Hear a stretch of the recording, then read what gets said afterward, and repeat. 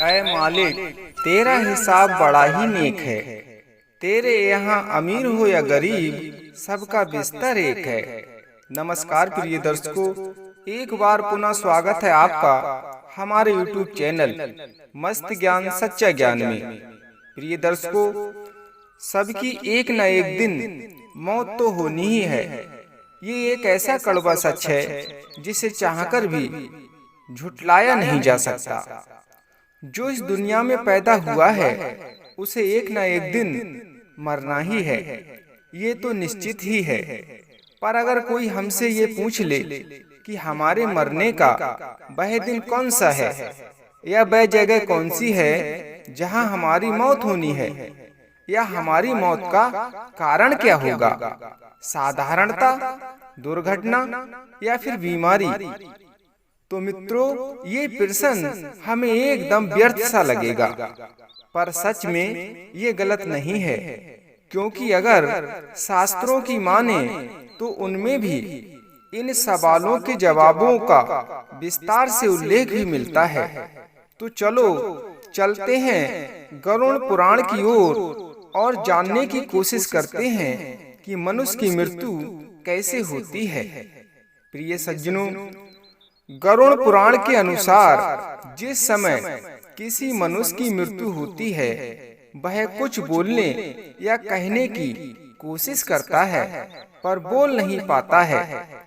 मृत्यु के समय ऐसे व्यक्ति की बोलने सुनने की शक्ति नष्ट हो जाती है।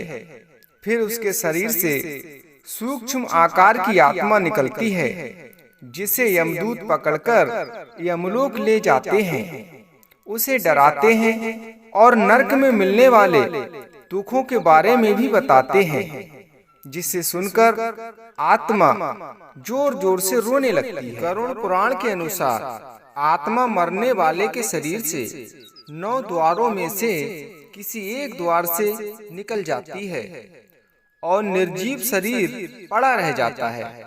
ये 9 द्वार दोनों आंखें, दोनों कान, दोनों नासिका, मुंह या फिर मल या मूत्र द्वार होते हैं।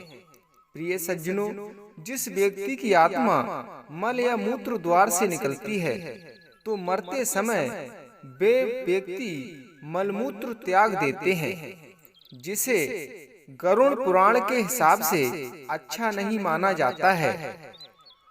गरुड़ पुराण में भगवान विष्णु गरुड़ को बताते हैं कि जो व्यक्ति मोह माया में फंसे होते हैं और लंबे समय तक जीना चाहते हैं, स्त्री मोह, पुत्र मोह या परिवार मोह ज्यादा रखते हैं, ऐसे व्यक्ति की मृत्यु होने से पहले उसकी आंखें काम करना बंद कर देती हैं, कान से सुनाई देना बंद हो जाता है, कफ आदि बढ़ जाता है और वह चाहकर भी बोल नहीं पाता है। ऐसे लोग मोह के कारण जल्दी प्राण छोड़ना नहीं चाहते हैं। तब यमराज के जो दूत होते हैं वे जबरदस्ती उसके प्राण निकालते हैं, जिससे उसकी आंखें खुली रह जाती हैं। गरुड़ पुराण के अनुसार जो लोग जीवन भर धर्म के रास्ते पर चलते हैं उनके प्राण मुंह से निकलते हैं, जिसे शुभ माना जाता है, और ऐसी आत्मा को यमलोक में भी ज्यादा कष्ट भोगने नहीं पड़ते हैं। मुंह से प्राण निकलने की यही पहचान है कि मुंह टेढ़ा सा हो जाता है। शास्त्रों के अनुसार नाक से प्राण निकलना भी शुभ माना जाता है। नाक से उन्हीं व्यक्तियों के प्राण निकलते हैं जिन्होंने परिवार में रहकर धर्म पूर्वक अपने सारे फर्ज निभाए होते हैं और मन को ईश्वर में भी लगाया होता है, मन को बैरागी बनाया होता है। आपको बता दें कि आत्मा शरीर से निकलकर कुछ समय तक अचेत रूप में रहकर ऐसा अनुभव करती है जैसे भारी काम की थकान के बाद व्यक्ति की अनुभूति नींद की होती है। वह सोना चाहता है, पर कुछ समय बाद मानो ये निद्रा से जागकर खड़ी सी हो जाती है।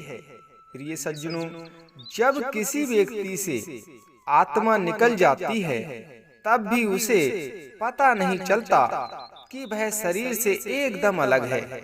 इसलिए वह फिर भी वैसा ही व्यवहार करती है जैसे शरीर में रहकर करती थी।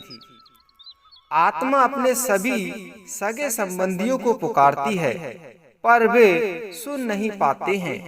तब आत्मा की बेचैनी और भी बढ़ जाती है और बेचैन आत्मा अपने सबसे प्रिय जन से कुछ कहना चाहती है पर उसकी आवाज निकल नहीं पाती है, क्योंकि उस समय आत्मा सूक्ष्म और अदृश्य रूप में होती है, जबकि जीवित इंसान तो सिर्फ जीवित इंसान की ही बात सुन सकता है, भौतिक चीजों को ही महसूस कर सकता है, ना कि सूक्ष्म तत्वों को। आत्मा शरीर से निकलकर जब रोते बिलखते अपने परिजन को देखती है तो खुद भी परेशान होती है। वह सब को छुपाना चाहती है पर अब उसके बस में कुछ भी नहीं होता है। इस प्रकार वह लाचार होकर रह जाती है और अपने जीवन काल में किए गए कार्यों को याद करके भी दुखी होती है।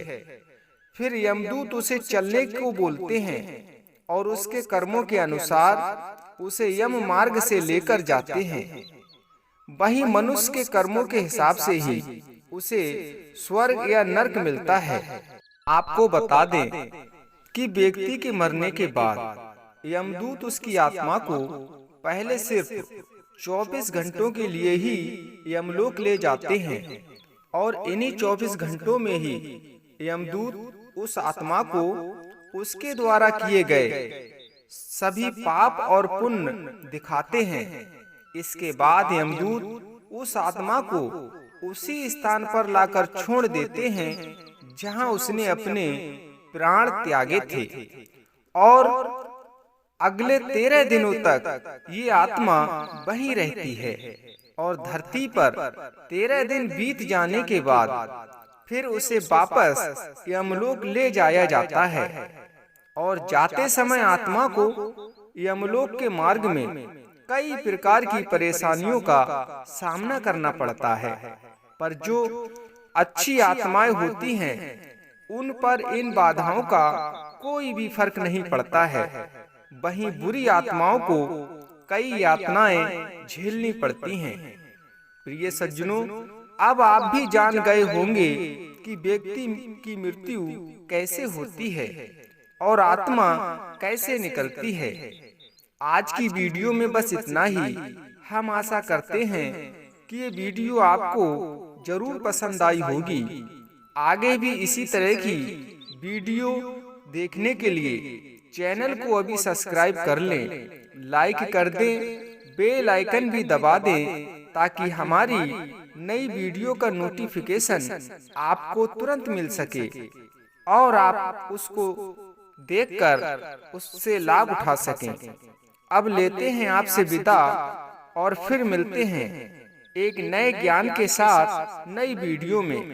तब तक खुश रहें, मस्त रहें। जय श्री राम।